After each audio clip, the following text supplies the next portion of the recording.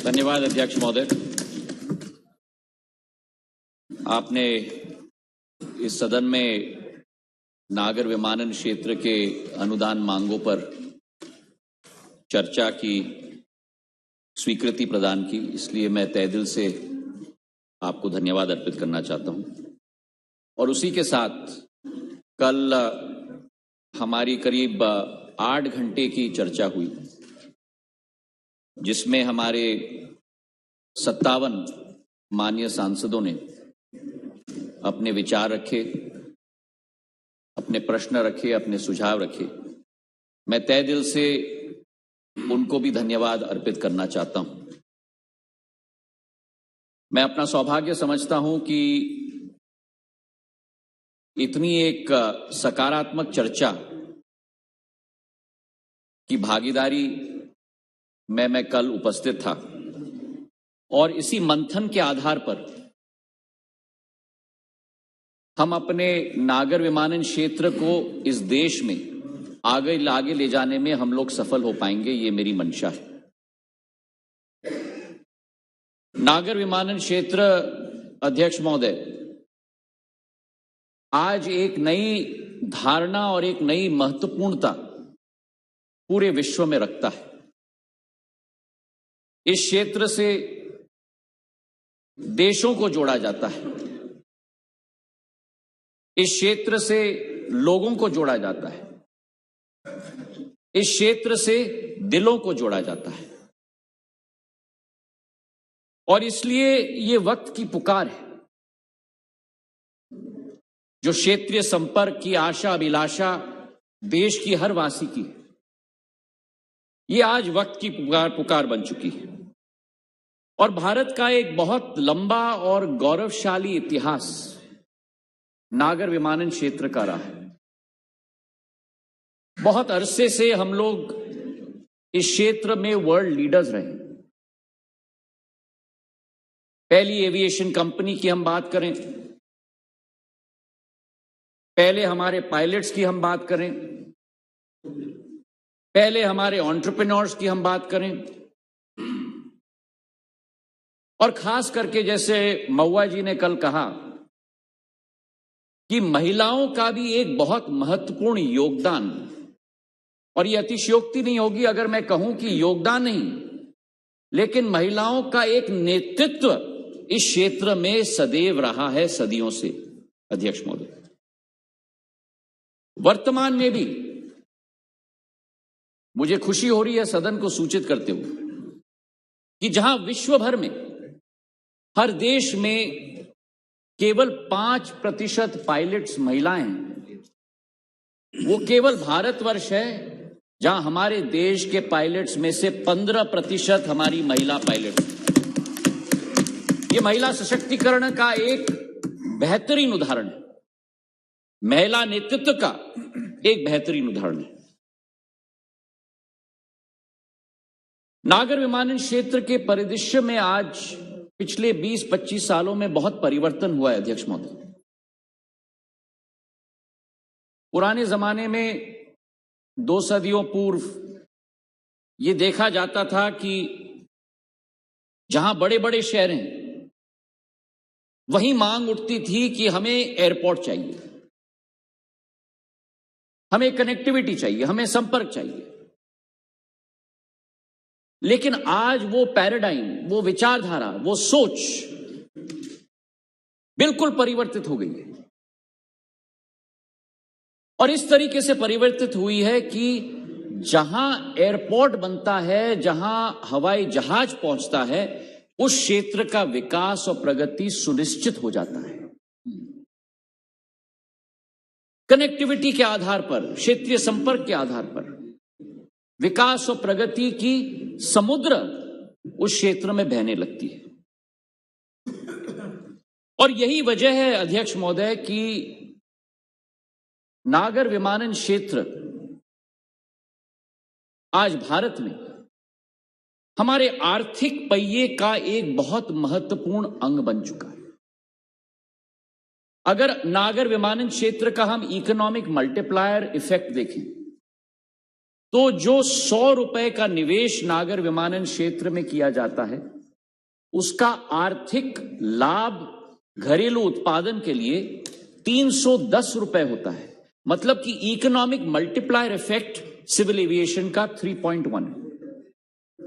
और जहां economic multiplier effect हम लोगों का 3.1 है, वहीं इंप्लॉयमेंट मल्टीप्लायर इफेक्ट, रोजगार सर्जन करने की क्षमता नागर विमानन क्षेत्र में जहां एक प्रत्यक्ष रोजगार का अवसर उत्पन्न होता है, वहीं 6.1 अप्रत्यक्ष रोजगार के अवसर उत्पन्न होते हैं।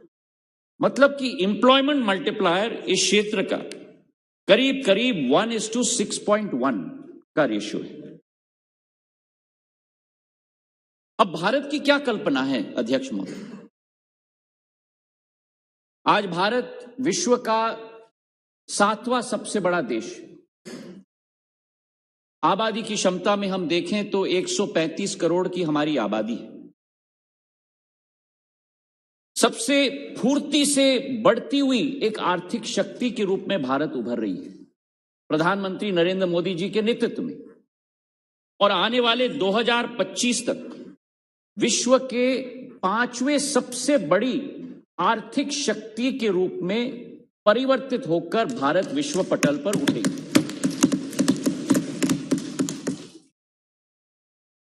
अब इस परिदृश्य में, जैसे कई हमारे सांसदों ने कल कहा, India is the 3rd largest domestic aviation market in the world today. और कोविड आने के पहले सबसे तेज रफ्तार से यह क्षेत्र बढ़ रहा था। और इसके पीछे 5 कारण। एक, आर्थिक रूप से तेज रफ्तार से बढ़ता हुआ देश, क्षेत्रीय संपर्क में तेजी से बढ़ोतरी, तीसरा intense competition, super normal profits नहीं। टेलीकॉम की तरह एक जमाना था 1993 में, जब ये डब्बे हमारे पास नहीं होते थे। 1 लाख रुपए का डब्बा आता था और 16 रुपए प्रति मिनट उसका दाम होता था। आज डब्बा 5,000 रुपए में आता है और वॉइस तो पूरी तरह से निःशुल्क हो चुका है। और यही परिवर्तन धीरे धीरे नागर विमानन क्षेत्र में भी आया है, इंटेंस कंपटीशन के आधार पर। तो जो अर्थशास्त्र में कहा जाता है low volume high margin market के बजाय हाई वॉल्यूम लो मार्जिन के मार्केट के रूप में परिवर्तित ये क्षेत्र भी हो चुका है। तो 1, ग्रोइंग इकोनॉमी, 2, क्षेत्रीय संपर्क में बढ़ोतरी, तीसरा इंटेंस कंपटीशन, चौथा कंपेटिटिव एयरफेयर्स, और 5वां एक बढ़ती हुई डिमांड, एक मांग क्षेत्रीय संपर्क के लिए और ट्रैवल के लिए। पर यहां मैं थोड़ा रुकना चाहता हूं अध्यक्ष महोदय, क्योंकि हम लोगों का दायित्व केवल जहाज एयरपोर्ट तक सीमित नहीं। और मैं धन्यवाद अर्पित करना चाहता हूं मेरे सभी साथियों को, मेरे बुजुर्गों को। प्रधानमंत्री जी के नेतृत्व में जब जब देश में संकट का समय आया है, प्रवासी भारतीयों को, देश के वासियों को विश्व के किसी भी कोने पे ऑपरेशन लगाकर हमारे देशवासियों को सुरक्षित वापस लाने का काम प्रधानमंत्री जी के नेतृत्व में किया गया। और इसकी एक लंबी कड़ी नेपाल में जब भूकंप आया था तो ऑपरेशन मैत्री 2015 में चलाई गई थी। ऑपरेशन राहत जब येमेन में लड़ाई उत्पन्न हो चुकी थी तो ऑपरेशन राहत के तहत मार्च अप्रैल 2015 में 6,710 हमारे नागरिकों को, जिनमें केवल 4,800 भारतीय नागरिक थे और 1,962 विदेशी नागरिक थे, उनको भी हम वापस लेके आए। 2016 में ऑपरेशन संकट मोचन, साउथ सुदान में जब युद्ध का माहौल तैनात हुआ था वहां 153 भारतीय नागरिक और 2 हमारे पड़ोसी देश के नेपाल के नागरिकों को हमने सुरक्षित वापस घर लाया। और 2021 में अभी ऑपरेशन देवी शक्ति, जहां अफगानिस्तान से 670 हमारे निवासियों को हम वापस सुरक्षित घर वापस लेके आए। तो ये एक सिलसिला प्रधानमंत्री जी के नेतृत्व में कई सालों से चल रहा है। लेकिन जो स्थिति इस बार निर्मित हुई यूक्रेन के अंदर, युद्ध का माहौल, 22-23 हजार हमारे बच्चे वहां फंसे हुए, गोली बारूद का वातावरण, यह अतिशयोक्ति नहीं होगी अगर इस सदन के पटल में मैं कहूं कि केवल हमारे प्रधानमंत्री जी के नेतृत्व की क्षमता के आधार पर और संकल्प के आधार पर उन्हें हम वापस सुरक्षित लेके आ पाए। और यह मैं समझाना चाहता हूं क्योंकि यह केवल एक देश का विषय नहीं था। जो संदर्भ मैंने आपको पहले दिए वो एक देश के संदर्भ में थे। हमारे प्लेन्स, हमारे विमान, हमारा एयरफोर्स यूक्रेन नहीं जा पा रहा था क्योंकि एक युद्ध का वातावरण था। तो आसपास के 5 पड़ोसी देशों के साथ संपर्क साझा प्रधानमंत्री ने, Moldova, Romania, Slovakia, Poland, Hungary, 5 देशों के मुखियाओं के साथ, प्रधानमंत्री, राष्ट्रपतियों के साथ संपर्क साझा, उनकी सहायता मांगी। यूक्रेन और रूस के राष्ट्रपतियों के साथ संपर्क साझा युद्ध के वातावरण में कि एक कॉरिडोर बनाओ ताकि मेरे बच्चों को हम लोग सफलतापूर्वक सुरक्षित वापस लेके आए। और यही कारण है अध्यक्ष महोदय कि पहली बार इतिहास में देश की 90 विमान, 90 फ्लाइट्स, एक देश नहीं 4 देशों तक पहुंचाए गए। 90 फ्लाइट्स पहुंचाए गए 5-5 एयरपोर्ट्स पे और 22,000 हमारे बच्चों को हम लोग सुरक्षित वापस लेके आए। और इस विषय पर मैं धन्यवाद अर्पित करना चाहता हूं हमारे भारतीय वायुसेना को। 4 C-17 ग्लोब मास्टर्स,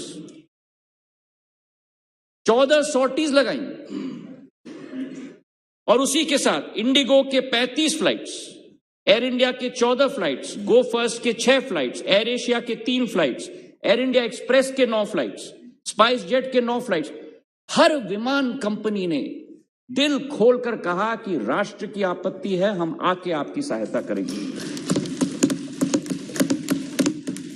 और इस संकट के वातावरण में अध्यक्ष महोदय, केवल भारतीय नागरिक नहीं, नेपाल के नागरिकों को, बांग्लादेश के नागरिकों को, अफ्रीका के कई नागरिकों को हम लोग सुरक्षित वापस लेके आए। और इस चित्र के पीछे कई ऐसे अनजान चेहरे हैं और इस सदन के समक्ष में प्रस्तुत करना चाहता हूं। हमारे राजदूत, हमारे मिशंस और कई ऐसे हमारे सरकारी कर्मचारी जिनको पासपोर्ट ऑफिस से लेकर इन देशों में भेजा गया मदद करने के लिए, और रात दिन सरहद पर खड़े रहे एक एक बस को कंपनी करने के लिए ताकि हमारे बच्चों को हम लोग सुरक्षित वापस ले जाएं। आसान वातावरण नहीं था। तो आज इस सभा और इस सदन से मैं धन्यवाद अर्पित करना चाहता हूं हमारे एयरलाइंस को, हमारे पायलट्स को, हमारे क्रू को, हमारे राजदूत के मिशन के लोगों को, हमारे प्रवासी भारतीयों को, जिन्होंने उन देश में एक एक प्रवासी भारतीय ने वहां आकर कहा कि आप जो चाहो हम करेंगे, हम खाना बनाएंगे, हम बस आपके लिए अरेंज करेंगे, जो भी संभव हो पाए। और यही भारत की शक्ति है अध्यक्ष महोदय। किसी और देश ने ऐसा कैंपेन शायद मेरे इतिहास में तो 20 साल के जनसेवा के इतिहास में कभी नहीं देखा मैंने जो भारत में। और जब हम वहां थे तो दूसरे देश के नागरिक हमसे पूछ रहे थे ये कैसे संभव हो पाए। तो एक जनसेवा और एक विचारधारा सेवा की इस क्षेत्र के साथ भी जुड़ी है अध्यक्ष महोदय।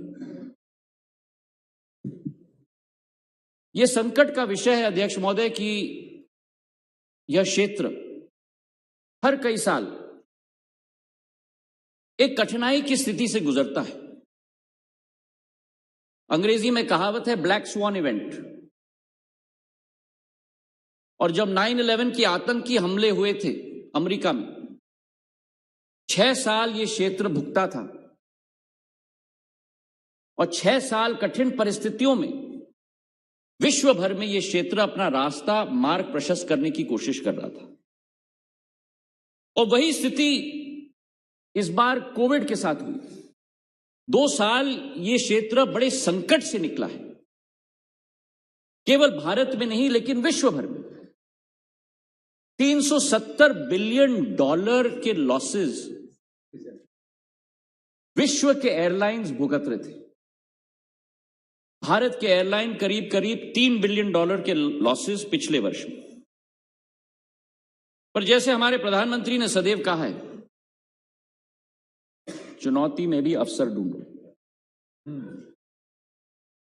और वो अवसर हमने ढूंढने की कोशिश की। हम लोगों का जो ढांचा है नागर विमानन क्षेत्र का, उसमें एक पैराडाइम शिफ्ट, एक स्ट्रक्चरल चेंज लाने की हमने कोशिश की है इन 2 वर्षों में। आत्मनिर्भर भारत की सोच विचारधारा से प्रचलित करने की कोशिश की। गति शक्ति की योजना, कन्वर्जेंस, हाईवेज के बीच में, रोड्स के बीच में, पोर्ट्स के बीच में, सिविल एविएशन के बीच में, यह नई सोच विचारधारा इस चुनौतीपूर्ण वातावरण में तैनात करने की हमने कोशिश की। और इसी का फल है अध्यक्ष महोदय कि जो हमारी ग्रोथ बहुत मजबूती की ग्रोथ थी 2013-14 से 2018-19 तक, 15% का हमारा कैगर था, कंपाउंडेड एनुअल ग्रोथ रेट प्रतिवर्ष। 2013-14 में हमारे देश में करीब 6,70,00,000 यात्री थे। 2018-19 में हमने उसको डबल करके 14.5 करोड़ कर दिया। 2013-14 में हमारे देश में केवल 400 प्लेन्स होते थे। 2018-19 में वो बढ़ के 710 तक पहुंच चुके। लेकिन हमारा सफर यहां रुकना नहीं। कोविड ने बहुत बड़ा घाव किया है क्षेत्र पे अध्यक्ष महोदय। और हमारी जो पैसेंजर थ्रूपुट थी 35.5 करोड़ की कोविड के पहले 2018-19 में, कोविड के वर्ष में वो 66% गिरकर केवल 11.5 तक सीमित हो चुकी। लेकिन कहते हैं ना कि जहां एक आत्मविश्वास हो वो सेक्टर रिबाउंड करेगा, और हमारा एयरलाइन सेक्टर वैसा ही सेक्टर है अध्यक्ष महोदय। सेकेंड वेव के बाद नवंबर के माह में 3.9 लाख 3,90,000 यात्री प्रतिदिन तक हम लोग पहुंच चुके थे। और प्री कोविड ये फिगर था 4,15,000 प्रतिदिन। तो मतलब हमने मेकअप कर लिया था, करीब 5% का अंतर था। और हमें एक आत्मविश्वास, पूरे सेक्टर में एक आत्मविश्वास का वातावरण फिर तैनात हुआ। लेकिन फिर ओमिक्रॉन आया और दोबारा वो गिरावट 3,90,000 से दोबारा 1,60,000 तक हम लोग चले गए। पर आज इस सदन को रिपोर्ट करते हुए मुझे खुशी है कि पिछले 7 दिनों में हम वापस 3,82,000 प्रतिदिन तक हम लोग वापस आ चुके हैं। तो एक रिवाइवल की आशा है, और उस रिवाइवल की आशा के आधार पर हमारी भी अभिलाषा है, सेक्टर की अभिलाषा है। और हमारा अनुमान है कि 2023-24 तक जो 34.5 करोड़ यात्री 18-19 पे थे और 11.5 करोड़ तक गिर चुके कोविड के वातावरण में, 2023-24 तक 40 करोड़ यात्री तक हम इस देश में पहुंचाकर रहेंगे। मतलब 3 गुना बढ़ाकर कम से कम हम लोग रहेंगे। और अगर ये कीर्तिमान अगर स्थापित करना है, ये सेवा हमें करना है, तो फिर एक नई आशा, एक नई उमंग, एक नई फुर्ती और एक नई जोश के साथ हमें कार्य करना होगा। हमारी विचारधारा है कि डिमांड साइड पर 3 फैक्टर्स पर हम लोगों को अपना ध्यान आकर्षित करना होगा। Inclusion, access and affordability. इन तीनों पर हमें अपना ध्यान आकर्षित करना होगा ताकि आम आदमी तक यह सुविधा हम लोग पहुंचा पाए। एक आंकड़ा मैं आपको देना चाहता हूं अध्यक्ष महोदय। हमारी प्रतिस्पर्धा रेल के क्षेत्र में सेकंड एसी और फर्स्ट एसी के यात्रियों के साथ तुलनात्मक दृष्टिकोण में हम लोग कंपेयर कर सकते हैं। पिछले वर्ष रेलवे में 18.5 करोड़ यात्री फर्स्ट एसी और सेकंड एसी, वहीं तक मैं सीमित कर रहा हूं, यात्रियों ने सफर किया था। और नागर विमानन क्षेत्र में 14.5 करोड़ यात्रियों ने सफर किया था। लेकिन अंतर यहां आता है कि रेलवे के क्षेत्र का CAGR, compounded annual growth rate, 5.6% है और नागर विमानन क्षेत्र का कैगर करीब करीब 11% है। तो आज ये सेवा, ये उपलब्धि आम जन की मांग बन चुकी है। हमारी विचारधारा है कि अगर इसे हमें सक्षम कराना होगा तो हम लोगों को हमारा ध्यान अधोसंरचना, एयरपोर्ट्स और सेवा, एयरलाइंस के प्रति हमें रुझान रखना होगा।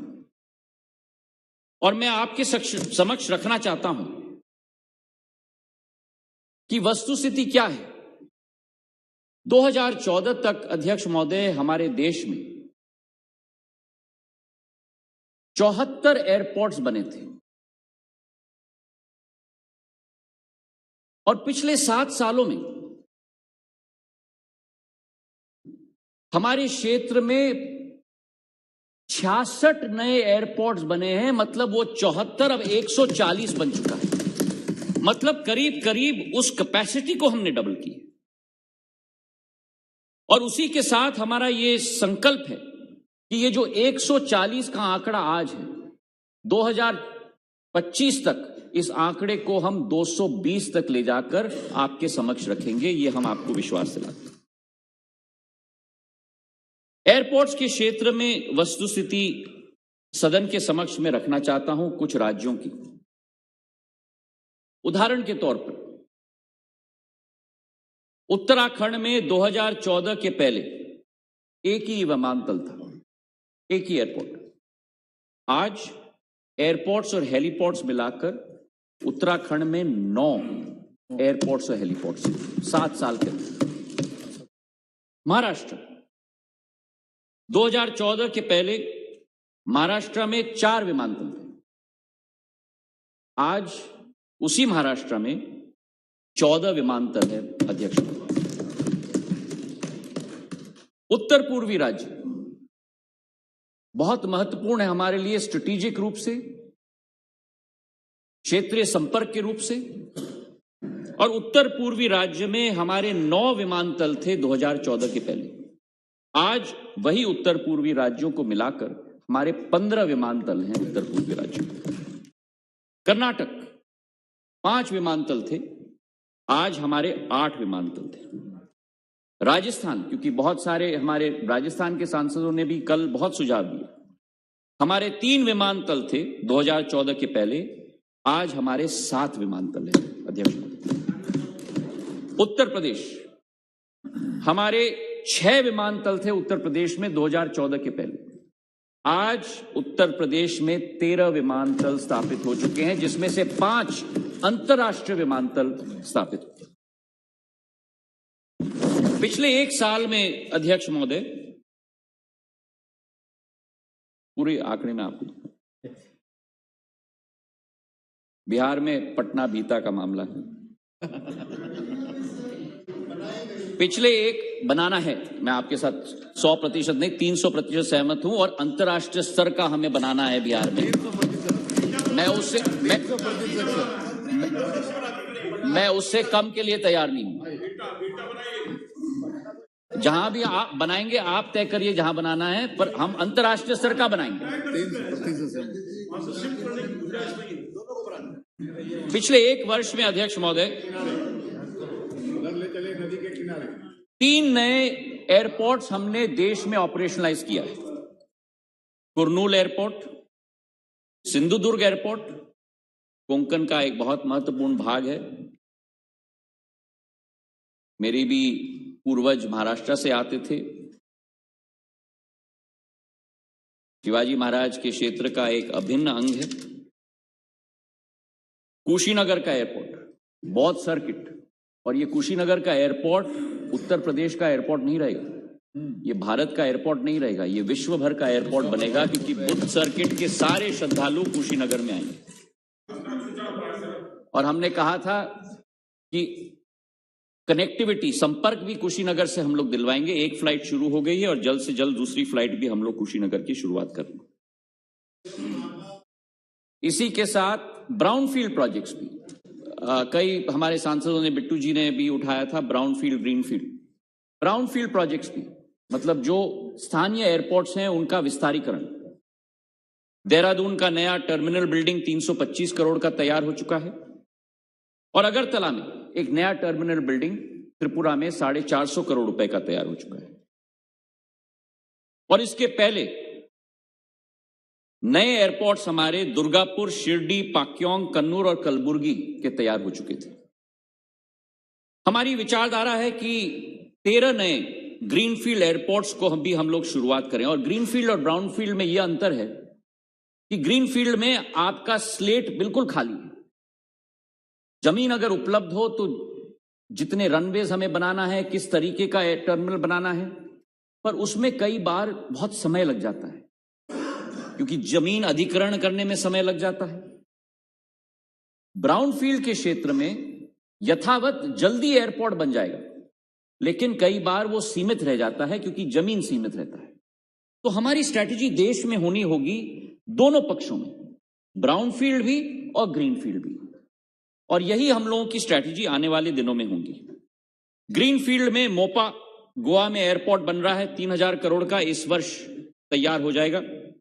नवी मुंबई का एक महत्वाकांक्षी एयरपोर्ट 20,000 करोड़ का, बीजापुर में कर्नाटक में, हसन में, शिमोगा में, धोलेरा गुजरात में, भोगापुरम, हिरासर, नोएडा इंटरनेशनल एयरपोर्ट जेवर, जो एक बहुत महत्वाकांक्षी योजना है। पहले चरण में 12 मिलियन पैसेंजर्स की क्षमता होगी और आखिरी चरण तक 70 मिलियन पैसेंजर्स, मतलब जो आज दिल्ली की क्षमता है वो जेवर में तैयार हो जाएगी आने वाले वर्षों में। और उत्तर भारत का नहीं लेकिन विश्व का अंतर्राष्ट्रीय एयरपोर्ट 5 रनवेज के साथ वहां स्थापित होगा। अध्यक्ष महोदय, होलोंगी पूरा अरुणाचल प्रदेश में 650 करोड़ का इसी वर्ष हम लोग तैयार करके जनता को हम लोग समर्पित करेंगे। कई मुद्दे अध्यक्ष महोदय यहां कल उठे थे, मैं आपको बताऊंगा। मध्य प्रदेश के तो रहने ही वाले हैं ना। आप मध्य प्रदेश मेरे ऊपर आप छोड़ दो। कई मुद्दे यहां उठे थे अध्यक्ष महोदय कि विनिवेश किया जा रहा है एयरपोर्ट्स का। यह सरकार एयरपोर्ट्स को बेच रही है। बनाने के बजाय आप बेच रहे हैं। मैं समझाना चाहता हूं मेरे सभी माननीय सांसद महोदय को, हमारी पॉलिसी विनिवेश की नहीं है। जिन 6 एयरपोर्ट्स का आप संदर्भ दे रहे हैं, वो 6 एयरपोर्ट्स विनिवेश या प्राइवेटाइजेशन के आधार पर निजी कंपनियों को नहीं दी गई है। वो एयरपोर्ट्स केवल एक लीज स्ट्रक्चर के आधार पर 50 साल के लिए दी गई है। मुझे अगर आप 5 मैं Da, you're my senior. Give me 5 minutes. Give me 5 minutes. Give me 5 minute मुझे दे दीजिए. Thank you. विनिवेश और लीजिंग में अंतर क्या है? यस, 4 अंतर है अध्यक्ष महोदय. पहला अंतर यह है कि विनिवेश में आप अपने स्थायी संसाधन को बेच देते हो, वो वापस कभी नहीं आएगा. लीजिंग स्ट्रक्चर में जैसे आप अपने घर को लीज करते हो, आप अपने ऑफिस स्पेस को लीज करते हो, किराए पे आप कुछ वर्षों के लिए दे रहे हो. Point number 1. पॉइंट नंबर 2, वो भी मैं आपको बताऊंगा. पॉइंट नंबर 2, विनिवेश में केवल आपको एक रूप में राशि मिलती है कि जो आपका स्थायी संसाधन है उसका दाम क्या है हम आपको देंगे, उसके बाद tata bye bye. Leasing structure में आपको अपने स्थायी संसाधन के लिए राशि भी मिलती है और उसके साथ हर वर्ष आपको किराए पर पर्सन भी दिया जाएगा सरकार को. तीसरा अंतर अध्यक्ष महोदय, विनिवेश में build operate and own model चलाया जाता है और लीजिंग स्ट्रक्चर में build operate own and transfer back का मॉडल चलता है. वापस भी आएगा. और चौथा अंतर अध्यक्ष महोदय कि प्राइवेटाइजेशन में वो स्थायी साधन आप भारत सरकार को कभी वापस नहीं आएगा. लीजिंग स्ट्रक्चर में 50 साल के बाद वो एयरपोर्ट जो भी इंप्रूवमेंट्स प्राइवेट पार्टी उस पर करेगी वो निःशुल्क वापस भारत सरकार की प्रॉपर्टी वापस बन जाएगी. अब प्रश्न उठाए गए थे कि ठीक है, जरूरत क्या थी ये करने की. ये भी मैं आपको आपके समक्ष में तथ्य रखना चाहता हूं. वर्तमान एयरपोर्ट्स अथॉरिटी के अंतर्गत अगर इस प्रॉफिटेबिलिटी का हम लोग अंदाज लगाते अगले 2 साल तक, तो हर वर्ष एयरपोर्ट्स अथॉरिटी ऑफ इंडिया की कमाई इन 6 एयरपोर्ट से करीब करीब 550 करोड़ होती प्रति वर्ष.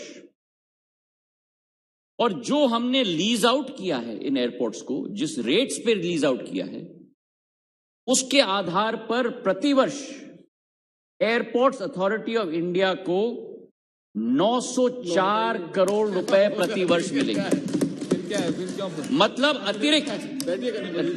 अतिरिक्त 354 करोड़ प्रतिवर्ष, मतलब 64% ज्यादा. और इसके अतिरिक्त जो मैंने निवेदन किया था आपसे कि आज इन 6 एयरपोर्ट्स के लिए भारत सरकार को और एयरपोर्ट्स अथॉरिटी ऑफ इंडिया को 2300 करोड़ रुपए जो राशि लगाई गई थी, उस 2300 करोड़ रुपए के बजाय आज भारत सरकार को 2322 करोड़ रुपए भारत सरकार के बैंक अकाउंट में ऑलरेडी पहुंच चुका है. हाँ, वही बता दीजिए. इसी के साथ नाकामियां कहाँ हैं यार? इसी के साथ आपने जी बार में क्या हमारी विचारधारा है अध्यक्ष महोदय कि नागर विमानन क्षेत्र में अगर तेजी से वृद्धि हम लोग चाहते हैं, जो हमारे सारे सांसद महोदयों ने कल मांग भी रखी थी, हमारी विचारधारा है कि जो राशि इस लीजिंग आउट स्ट्रक्चर के आधार पे मिलेगी, वही राशि हर एक राज्य के एयरपोर्ट्स में निवेश एयरपोर्ट्स अथॉरिटी के द्वारा किया है. मैंने अभी बताया. टाटा अलग है, ये अलग है, एयरलाइंस अलग है. अभी एयरलाइन दा मुझे समाप्त करने दीजिए, उसके बाद जो भी आपके प्रश्न हैं उनका जवाब मैं जरूर दूंगा. अभी आया नहीं एयरलाइन. कई मुद्दे उठाए गए थे अध्यक्ष महोदय, कई मुद्दे उठाए गए थे विनिवेश के आधार पर कि ये सरकार विनिवेश की स्ट्रैटेजी पे चल रही है. और मैं थोड़ा आश्चर्यचकित था और कुछ आंकड़े आपके समक्ष में पेश करना चाहता हूं बड़े विनम्र पूर्वक कि जो लोग विनिवेश की स्ट्रैटेजी को अटैक कर रहे थे, जब ये विनिवेश नहीं है, ये लीज स्ट्रक्चर है, तब भी जो बाकी डिपार्टमेंट्स में जो विनिवेश चल रहा है उसके बारे में मैं चर्चा करना चाहता हूं। 91 से 93 में जो सरकार भारत में थी, उस सरकार ने 3000 करोड़ रुपए का विनिवेश का प्रोग्राम चलाया था। और भारत सरकार के नवरत्न, भारत सरकार के नवरत्न, देखिए अध्यक्ष महोदय, चट भी मेरी पट भी मेरी, ये तो नहीं चलने वाली। Indian oil corporation, Bharat petroleum corporation, HPCL, गेल, क्या ये सारे नॉन स्ट्रेटेजिक हैं? हाँ, ये सुनो। 91 से 92 का ये रिकॉर्ड, 2004 से 2009 विनिवेश का रिकॉर्ड 8,500 करोड़। बताइए। NTPC, power finance corporation, power grid corporation, REC, Hindustan petroleum, Bharat petroleum, और 2009 से 14 तो अध्यक्ष महोदय विनिवेश का रिकॉर्ड 1,05,000 करोड़ तक पहुंचा। Coal India, NMDC, oil India, राष्ट्रीय chemical fertilizers, Nalco, SAIL, ITDC, MMTC, NFL, STC, engineers India, Indian oil corporation, national hydro electric power corporation, power grid, BHEL, NHPC। मैं तो इतना ही निवेदन करना चाहता हूं अध्यक्ष महोदय, बड़े विनम्र पूर्वक, मेरे संसद के साथी शशि थरूर जी ने कहा था, और शायद ठीक कहा था, और मैं भी सहमत हूं, quote unquote, hope wisdom prevails. अध्यक्ष महोदय, हमारी विचारधारा है कि आ गया एक अग्रिम पंक्ति के आधार पर हम लोगों को देश में अधोसंरचना भी निर्मित करना होगा एयरपोर्ट्स के क्षेत्र में। और सदन के पटल पे मैं समर्पित भाव से पेश करना चाहता हूं कि 2025 तक हमने कुछ टारगेट्स निर्धारित किए, दोनों ब्राउनफील्ड और ग्रीनफील्ड दोनों पर अध्यक्ष महोदय। एयरपोर्ट्स अथॉरिटी ऑफ इंडिया के द्वारा, जो भारत सरकार की कंपनी नागर विमानन मंत्रालय के अंतर्गत आती है, ब्राउनफील्ड प्रोजेक्ट्स में 42 नए एयरपोर्ट्स हम लोग स्थापित करेंगे 25,620 करोड़ रुपए से। और ग्रीनफील्ड एयरपोर्ट्स 2025 तक 3 नए एयरपोर्ट्स, होलोंगी, हिरासर और धोलेरा, 3 नए एयरपोर्ट 3,500 करोड़ का, मतलब एयरपोर्ट्स अथॉरिटी ऑफ इंडिया अकेले 28,980 करोड़ रुपए का निवेश करेगा नागर विमानन क्षेत्र के एयरपोर्ट्स के अधीन। इसी के साथ मैं मानता हूं कि आज देश में केवल सरकार अपने आप आगे नहीं बढ़ सकता, निजी क्षेत्र को भी हमें साथ में लेना होगा। और निजी क्षेत्र से भी हमने एक प्लान बनवाया है।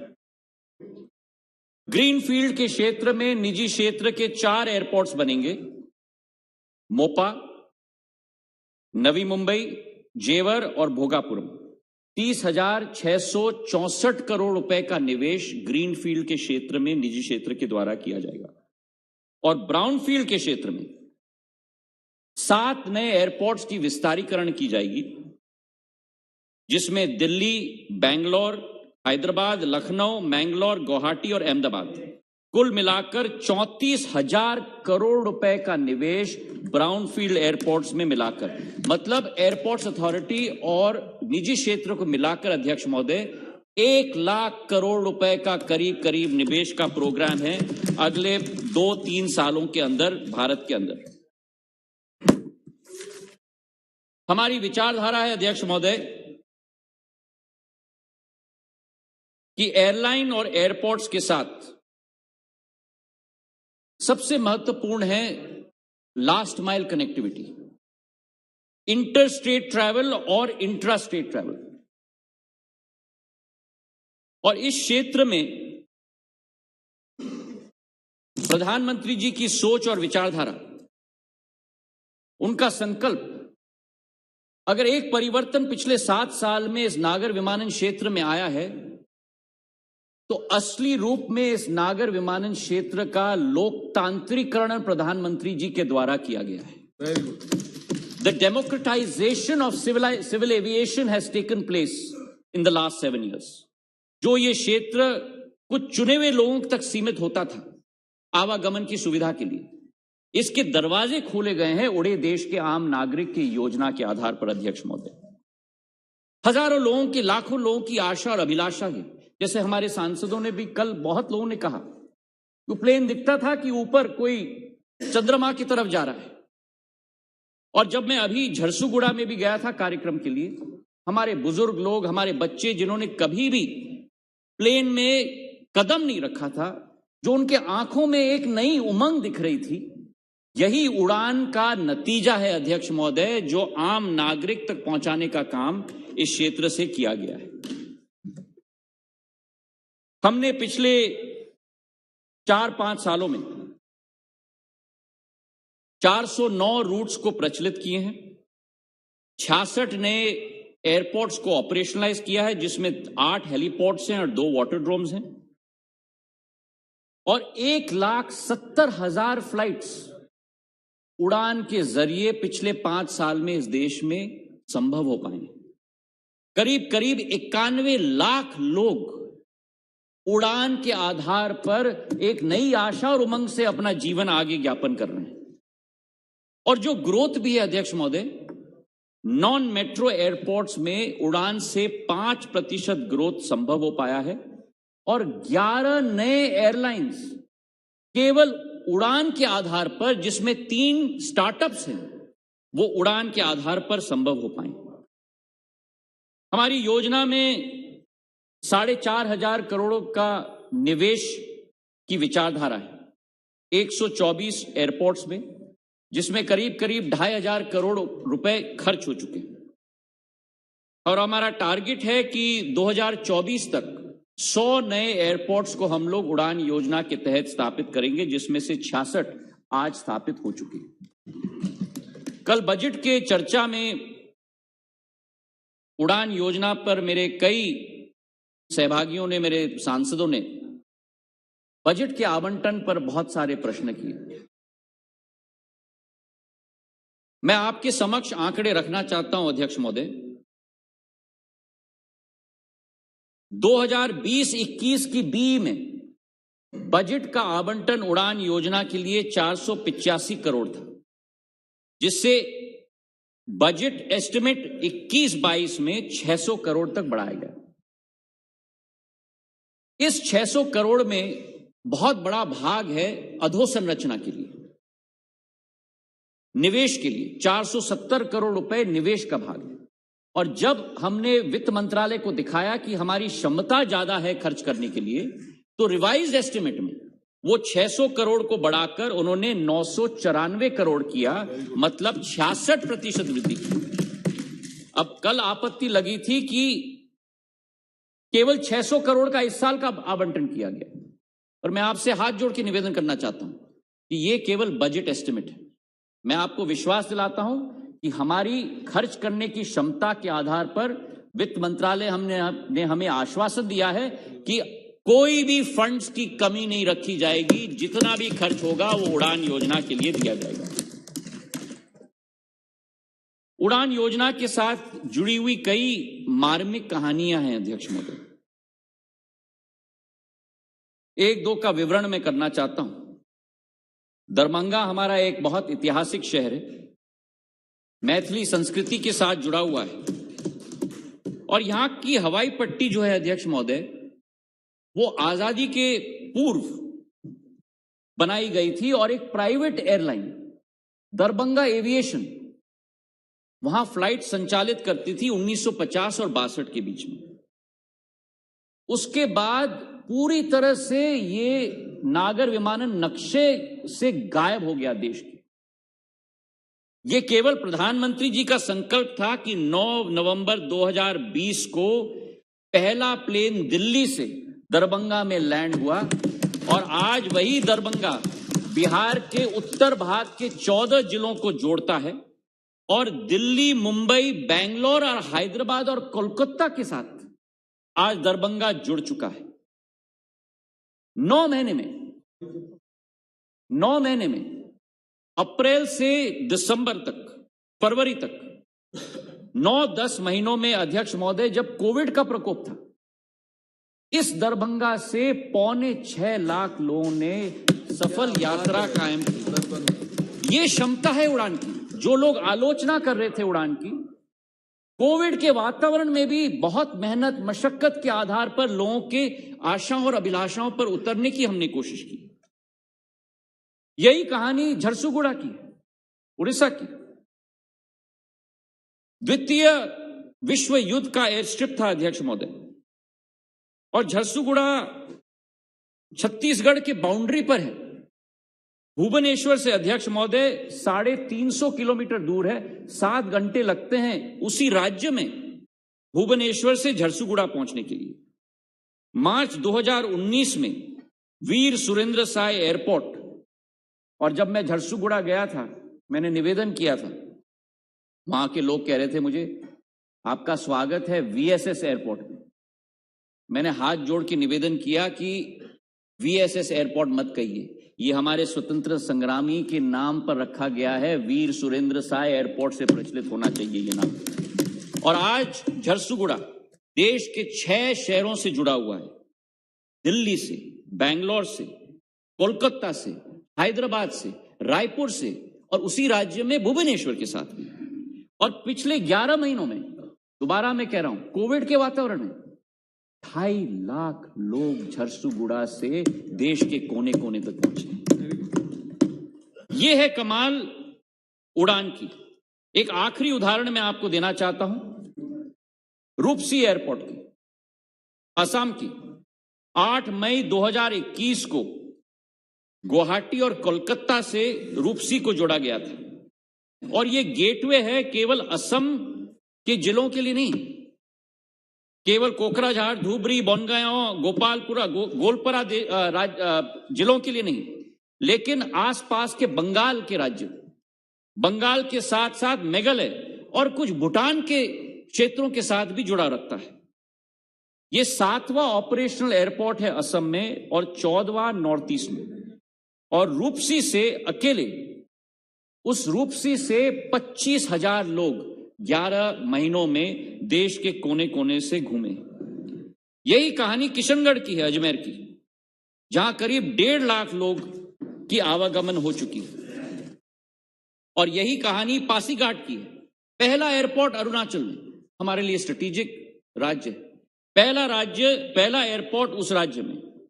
और उड़ान की योजना केवल हवाई जहाज तक सीमित नहीं है, उड़ान की योजना हम हेलीकॉप्टर तक भी ले गए, क्योंकि हमारे जो पहाड़ी प्रदेश है वहां आवागमन की सुविधा में बहुत कठिनाई है। और मैं खुशी है, मैं संसद को के समक्ष रख रहा हूं कि हिमाचल प्रदेश में उड़ान योजना के तहत चंडीगढ़ एयरपोर्ट से शिमला, कुल्लू, मंडी, धर्मशाला और रामपुर के हेलीपोर्ट्स के लिए आवागमन की सुविधा शुरू हो चुकी है। और वैसे ही उत्तराखंड में देहरादून से हल्द्वानी, पंतनगर, पिथौरागढ़, टेहरी, श्रीनगर और गौचर, इन 6 शहरों के लिए भी आवागमन की सुविधा उत्पन्न हो चुकी है। इसी के साथ अध्यक्ष महोदय, उड़ान की एक और पहलू है, वो पहलू है कृषि उड़ान की। कृषि उड़ान में हम लोगों का मकसद है जो हमारी पेरिशेबल फूड कमोडिटीज हैं उनको देश में और विदेश में हम लोग पहुंचाएं। जी मैं करता हूं। 25 एयरपोर्ट्स के साथ हमने जुड़वाया है नॉर्थ ईस्टर्न में, और 28 एयरपोर्ट्स देश में, और 7 फोकस रूट्स हमने निर्धारित किए। अमृतसर से दुबई मक्के के लिए, दरभंगा से पूरे देश में लीची के लिए, सिक्किम से पूरे देश में जेवक उपज के लिए, चेन्नई विजाग से कोलकाता और फारी सी फूड के लिए, अगरतला से दिल्ली और दुबई पाइनएप्पल के लिए, डिब्रूगढ़ से दिल्ली और दुबई संतरे के लिए, और गुवाहाटी से हांगकांग दाल, फल और भाजियों के लिए। और पिछले 1 वर्ष में अध्यक्ष महोदय, जहां 84,000 मेट्रिक टन 2021 में हैंडल किया गया था। इस वर्ष 1,10,000 मेट्रिक टन पेरिशेबल फूड का हम लोग ने हैंडल किया है, मतलब करीब 30% की वृद्धि हुई। हमारी विचारधारा है कि आने वाले समर शेड्यूल में फ्लाइट्स की भी वृद्धि हो, और आने वाले समर शेड्यूल में जो अब 1-2 दिन में शुरू होगा अध्यक्ष महोदय, 135 नए फ्लाइट्स हम लोग शुरुआत कर रहे हैं देश के अंदर, और 15 नए फ्लाइट्स पूरे विश्व के लिए इस नए समर शेड्यूल में हम लोग शुरुआत कर रहे हैं। जहां हम एयरलाइंस और एयरपोर्ट्स की बात और हेलीकॉप्टर्स की बात कर रहे हैं अध्यक्ष महोदय, वही महत्वपूर्ण है कि एक दक्षता हम अपने सर्विस स्टैंडर्ड्स के आधार पर हमारी संस्थाओं में भी लाएं। कई मेरे सहभागियों ने डीजीसीए के बारे में चर्चा किया था। प्रधानमंत्री जी की विचारधारा है कि टेक्नोलॉजी का इस्तेमाल हमें जरूर करना चाहिए दक्षता को बढ़ाने के लिए, और डीजीसीए को हमने ईजीसीए में परिवर्तित किया है। 298 सेवाएं डीजीसीए की जो हैंड रिटन होती थी वो अब इलेक्ट्रॉनिक फॉर्मेट में हो चुकी हैं। और 1-2 उदाहरण मैं आपको देना चाहता हूं। पायलट्स और एएमईज और एटीसीओज के लिए, एटीसीओज की भी चर्चा कल की गई थी, पहले उनके लाइसेंस कागज पे बनाए गए थे। अब न्यू स्मार्ट कार्ड लाइसेंस बनेंगे जो क्यूआर कोड और स्कैनिंग के आधार पर किया जाएगा, जो ईजीसीए पोर्टल के आधार पर किया जाएगा। पायलट्स के मेडिकल एग्जामिनेशन के लिए करीब 20 से 30 दिन लगते थे रिकॉर्ड लिखने के लिए, डॉक्टर के पास जाने के लिए। अब ई फॉर्मेट के अंदर 2 या 4 दिन में पायलट का मेडिकल एग्जामिनेशन संभव हो पाएगा। और उसी तरह अनेक विषयों में भी इसके आधार पर हम लोग वृद्धि ला रहे हैं। एक और नई सोच मैं सदन के पटल पर रखना चाहता हूं अध्यक्ष महोदय, और वो है डिजी यात्रा। वर्तमान में कई बार एयरपोर्ट्स में लंबी लाइनें होती हैं। पहले सीआरपीएफ बाहर चेक करता है, फिर अंदर बैगेज काउंटर पे चेक करता है, फिर सिक्योरिटी स्क्रीनिंग होती है। तो हमने एक नई योजना निकाली है डिजी यात्रा, जहां फोन डब्बे के आधार पर आपका आधार कार्ड और आपके चेहरे के साथ मैचिंग किया जाएगा, और वो बोर्डिंग पास के साथ सिंक्रोनाइज सीमलेसली किया जाएगा बायोमेट्रिक्स के आधार पे, और आपका विमानतल पर आपका अनुभव एक सीमलेस अनुभव होगा। खाली काउंटर्स लगाए जाएंगे, आप टिकट को स्कैन करेंगे और काउंटर्स खुल के आपको आवागमन के लिए सुविधा दी जाएगी। हम लोग ने 7 एयरपोर्ट्स निर्धारित किए हैं इसके पहले फेज में, और एक एक करके हम करेंगे। एयरपोर्ट्स अथॉरिटी ऑफ इंडिया के अंतर्गत पुणे, कोलकाता, विजयवाड़ा और वाराणसी, और निजी एयरपोर्ट्स के अंतर्गत दिल्ली का एयरपोर्ट, बेंगलोर का एयरपोर्ट और हैदराबाद का एयरपोर्ट।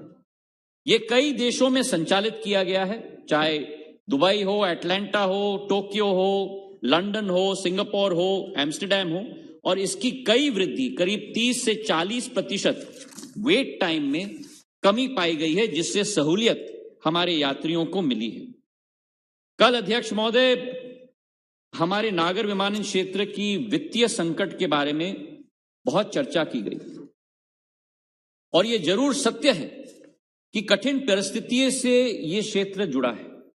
हमारे कई सांसदों ने बहुत सारे सुझाव भी दिए, और मैं आपको स्पष्ट रूप से कहना चाहता हूं कि जिस दिन से मैंने इस विभाग का प्रभार संभाला, प्रधानमंत्री जी के आशीर्वाद के आधार पर, मेरी विचारधारा यही थी कि जो पेन पॉइंट्स इस क्षेत्र का है, उस पेन पॉइंट्स को हमें रिजॉल्व करना है।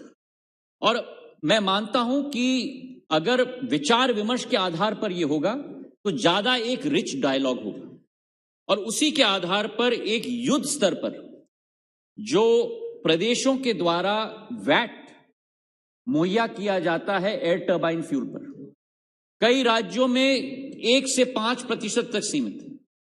और जुलाई पिछले वर्ष जिस दिन मैंने प्रभार संभाला, हमारे देश के 36 राज्य और यूनियन टेरिटरीज के बीच में 12 राज्य थे जो एक आधुनिक दूर दृष्टिकोण की विचारधारा रखते थे, जिन्होंने अपना वैट 1 से 5% तक सीमित कर दिया था।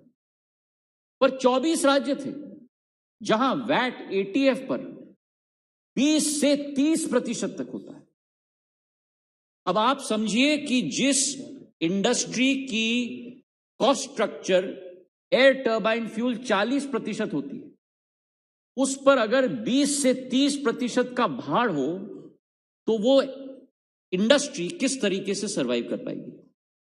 और मैंने निवेदन किया एक एक राज्य के मुख्यमंत्री के साथ, और इस सदन के पटल पे मैं धन्यवाद अर्पित करना चाहता हूं उन राज्यों के मुख्यमंत्रियों को जिन्होंने शीघ्र कैबिनेट मीटिंग की, कैबिनेट ऑर्डर पास किया, गजेट नोटिफिकेशन किया। और मैं उल्लेख भी करना चाहता हूं, यूनियन टेरिटरीज और राज्यों को मिलाकर 12 राज्यों ने अपनी वैट की लेवल को 20 से 30 से 1 से 4 तक सीमित कर दिया। और उन राज्यों का मैं उल्लेख करना चाहता हूं,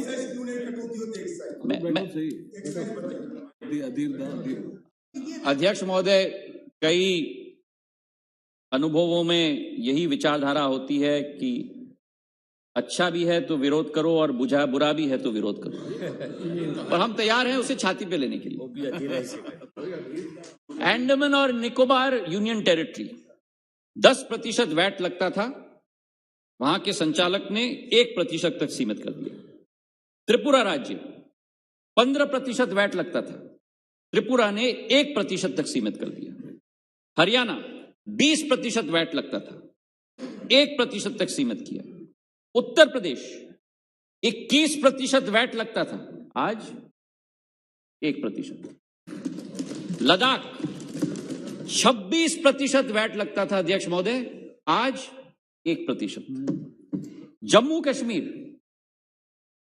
26% वैट लगता था अध्यक्ष महोदय, आज 1%। उत्तराखंड 20% वैट लगता था, आज 2%।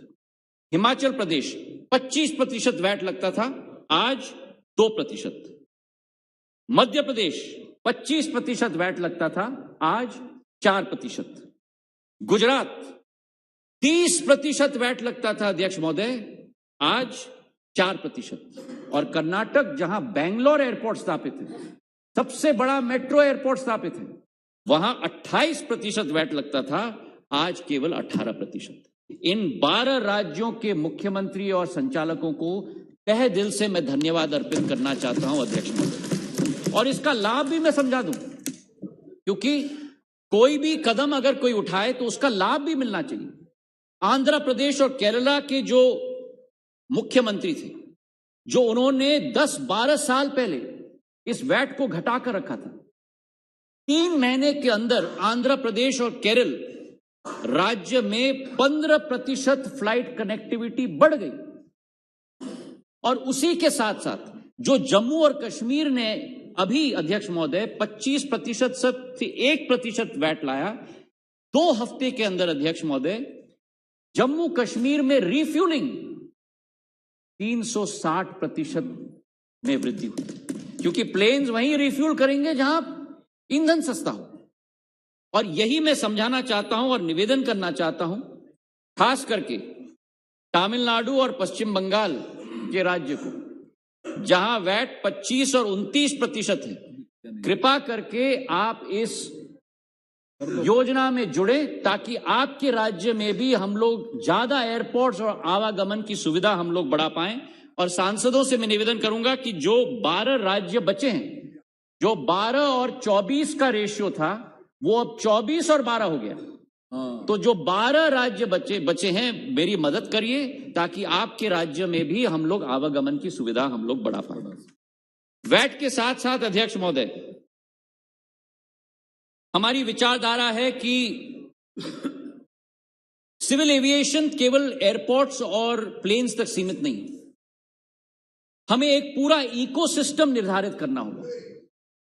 और सिविल एविएशन की इकोसिस्टम में कार्गो महत्वपूर्ण है, एमआरओ महत्वपूर्ण है, एफटीओ महत्वपूर्ण है, फ्लाइंग ट्रेनिंग ऑर्गेनाइजेशंस, जिसका कई बार संदर्भ कल की चर्चा में उल्लेख हुआ था। संक्षिप्त में मैं कहना चाहता हूं अध्यक्ष महोदय कि कार्गो के क्षेत्र में हमारी क्षमताएं बहुत हैं, लेकिन भारत में उन क्षमताओं को हमें खोलना होगा। और पिछले 1 वर्ष में मैं सदन के पटल पर रखते हुए मुझे खुशी है कि जो भारतीय कंपनियों का मार्केट शेयर इंटरनेशनल फ्रेट का केवल 2% तक सीमित था, इस कोविड के वातावरण में आज 19% हो गया है। और कार्गो का रेवेन्यू जो केवल 1500 करोड़ था, आज 2300 करोड़ रुपए हो चुका है। और 150 नए प्लेन्स जो पैसेंजर थे वे भी कार्गो तक परिवर्तित हो चुके हैं। सरकार की क्या भूमिका है? हमारी भूमिका है कि कार्गो टर्मिनल्स हम लोग बनाएं। कल हेमा मालिनी जी ने भी निवेदन किया कि एयर फ्रेट स्टेशंस की भी विकसित हमें करना होगा।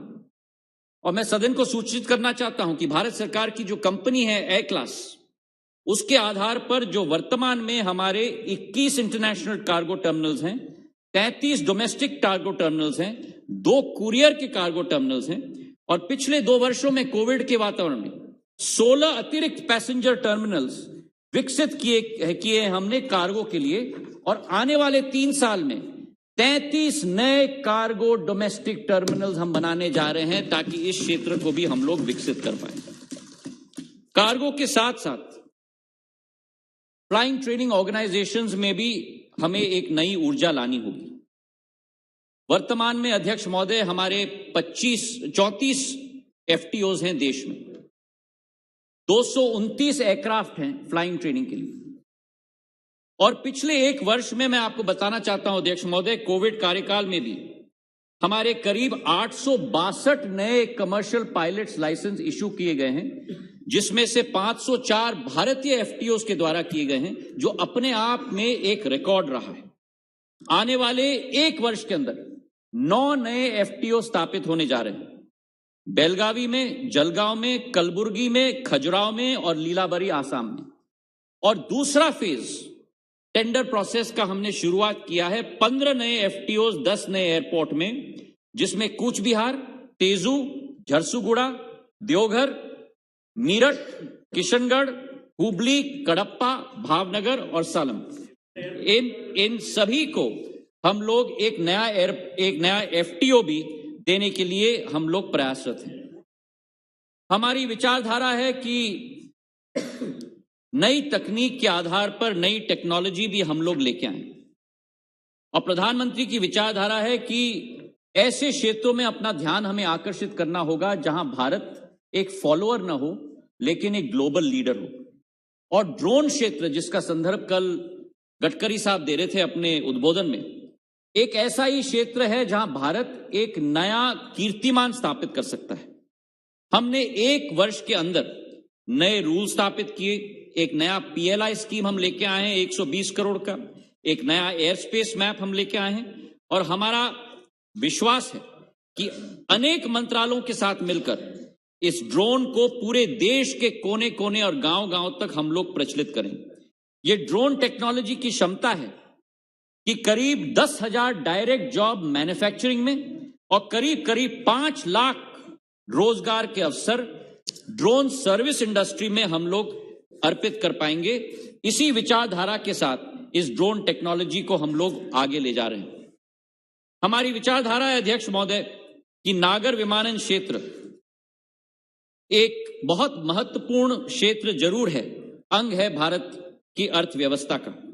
और मुझे विश्वास है कि जो विवरण मैंने देने की कोशिश की है उससे इस क्षेत्र की महत्वपूर्णता, इस क्षेत्र की कंट्रीब्यूशन भारत के प्रति, इसका उल्लेख करने की जो मैंने कोशिश की है, उससे जो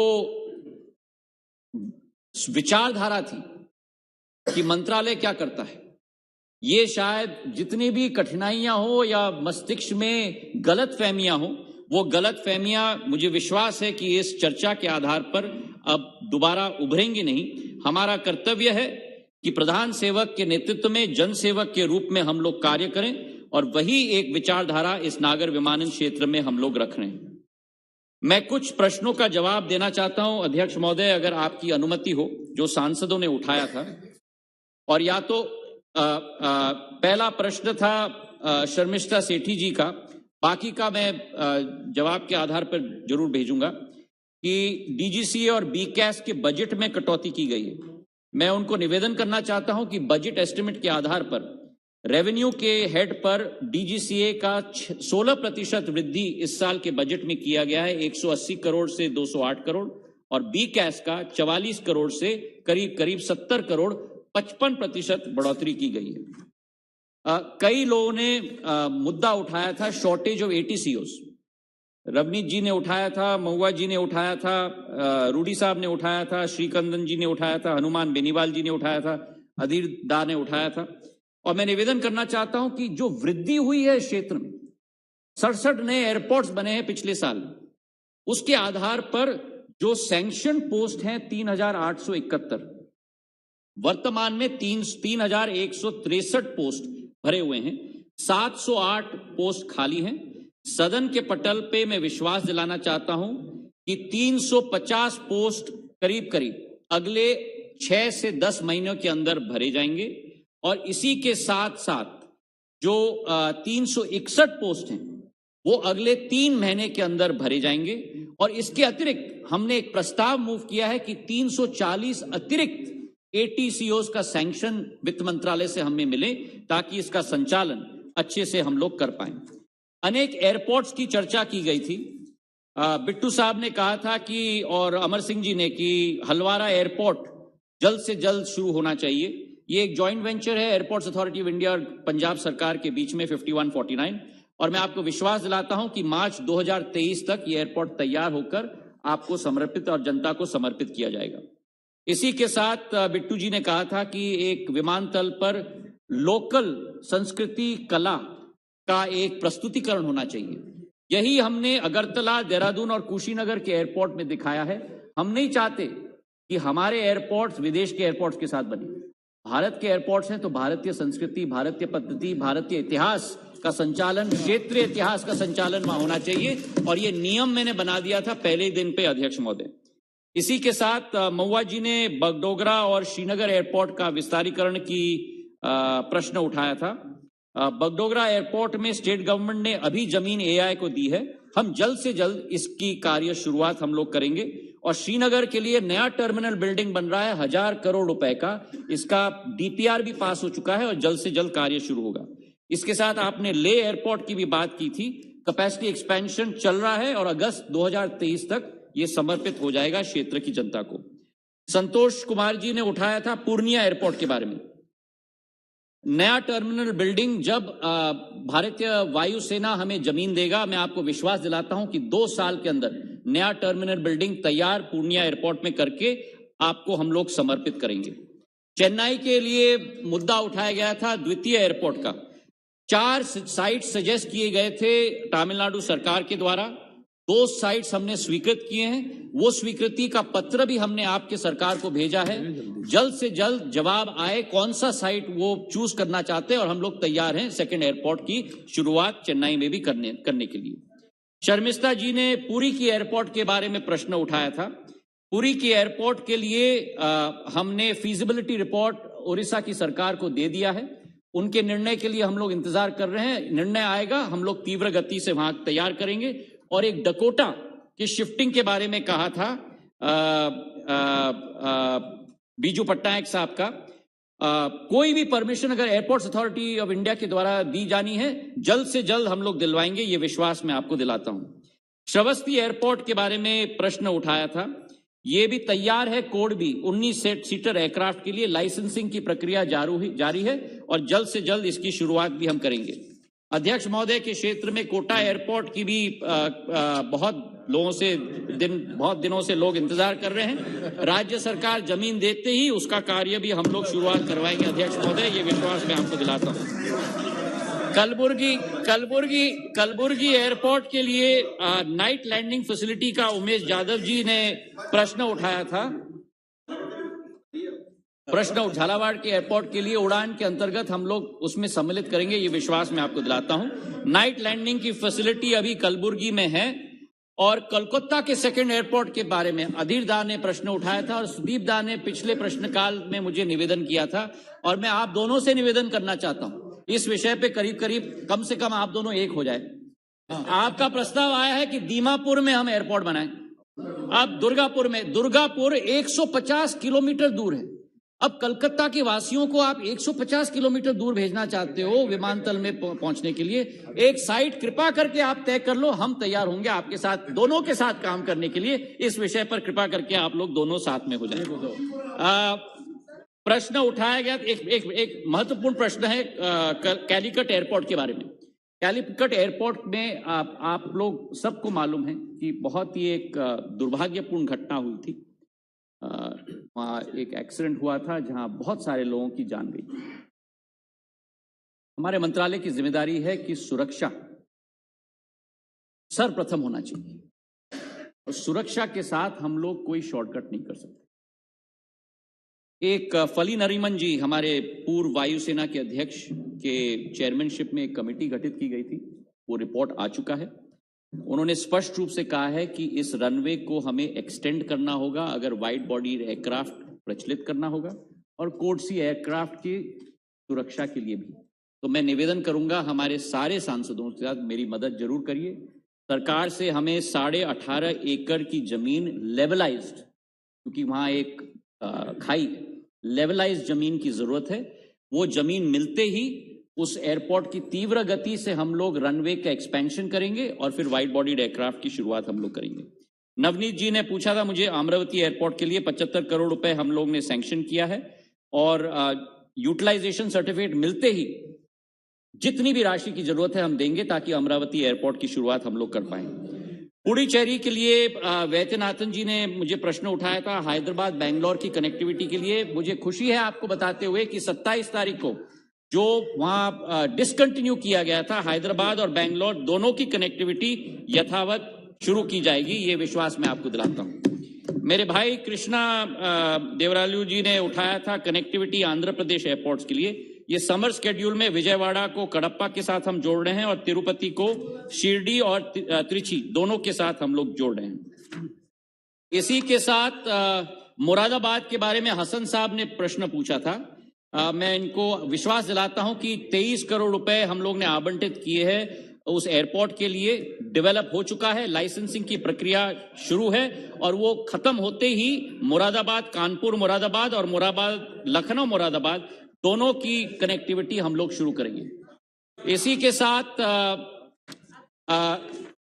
पॉइंट ऑफ कॉल और जॉब लॉसेस की भी चर्चा की गई थी। हमारी कोशिश होगी कि जल्द से जल्द हम लोग दोनों पर कार्य करें। मैं केवल एक चीज अंत में कहना चाहता हूं अध्यक्ष महोदय, कि हमारी ये नागर विमानन क्षेत्र तीव्र गति से आगे बढ़ रहा है। 2 नए एयरलाइंस की शुरुआत आने वाले वर्ष में इस नागर विमानन क्षेत्र में, मैं आपको समय दे दूंगा, मेरी बात सुन लीजिए कृपा करके। एक तो मंत्री जी, जेट एयरवेज और आकाशा, आप किसी भी सदस्य को आश्वासन मत दे दिया करो कि मैं समय दे दूंगा, तो मुझे देना है समय कि किसको दूंगी। क्षमा करिए, क्षमा करिए, क्षमा करिए। मैंने कहा अध्यक्ष महोदय जी, मैंने कहा मुझे समय दे दीजिएगा। मैंने कहा मुझे समय दे दीजिएगा। तो दो नए एयरलाइंस की शुरुआत हो रही है, जेट और आकाशा की। जो पिछले 20 साल में सारे एयरलाइंस बंद हो रहे थे देश में, 2 नए एयरलाइंस की शुरुआत हो रही है। हमारी आशा अभिलाषा बहुत ऊंची है अध्यक्ष महोदय। सफर आसान नहीं होगा, पर मैं इतना ही कहना चाहता हूं कि हमारी फोकस लक्ष्य पर है, क्रियान्वयन क्षमता पर है, और यही मैं मानता हूं कि सबका साथ, सबका विश्वास, सबका प्रयास और सबका विश्वास और आप सबके आशीर्वाद के साथ इस क्षेत्र को हम आगे ले जाएंगे। बहुत बहुत धन्यवाद। एक मिनट बैठिए, एक मिनट बैठिए। माननीय सदस्यगण, नागर विमान मंत्रालय संबंधित अनुदान मांग पर 4 घंटे चर्चा के स्थान पर 8 घंटे 10 मिनट तक चर्चा हुई है। 59 सदस्य ने बोला है और 36 माननीय सदस्यों ने अपने भाषण को ले किया है। मुझे लगता है कि डबल 200% चर्चा हो चुकी है इस पर। कोई सुदीप बंदोपाध्याय जी को मंत्री जी ने आश्वासन दिया था कि हाँ, 1 मिनट, सुदीप बंदोपाध्याय जी सीनियर